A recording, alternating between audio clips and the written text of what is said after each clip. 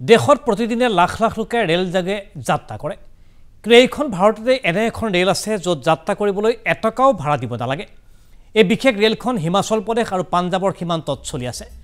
যদি কোনো ব্যক্তিয়ে ভাক্ৰা নাঙল বান্ধ চাবলৈ যায় তেন্তে তেওঁ এই ৰেলখনেৰে বিনামূলীয়াকৈ যাত্ৰাৰ আনন্দ ল'ব পাৰিব।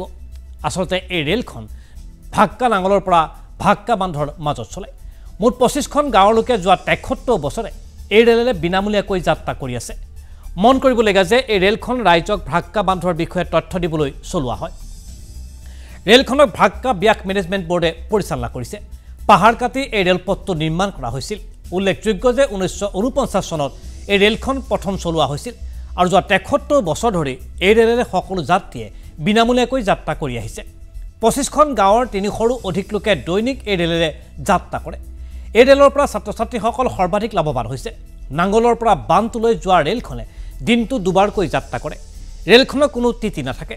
ডিজেল ইঞ্জিন চালিত এই ৰেলখনে দিনটোত 50 লিটাৰ ডিজেল খৰচ কৰে। এবাৰ এই ৰেলখন ইঞ্জিন ষ্টাৰ্ট হ'লেই ভাক্ৰাৰ পৰা উভতি অহাৰ পিছতে ষ্টাৰ্টটো বন্ধ হয়। এই ৰেলখন পুৱা 7:05 নাঙলৰ পৰা আৰম্ভ হয় আৰু প্ৰায় 8:20 ভাক্ৰাৰ পৰা পুনৰ নাঙললৈ উভতি আহে। ইয়াৰ পিছত আকৌ এবাৰ দুপৰীয়া 3:05 নাঙলৰ পৰা যাত্ৰা আৰম্ভ কৰে আৰু সন্ধিয়া 4:20 ভাক্ৰা বান্ধৰ পৰা পুনৰ নাঙললৈ যাত্ৰা কৰে। বিনামূলীয়াকৈ যাত্ৰা কৰিব পৰা এই ৰেলখন এতিয়া চৰ্চিত হৈ পৰিছে সমগ্ৰ বিশ্ববাসীৰ মাজতে।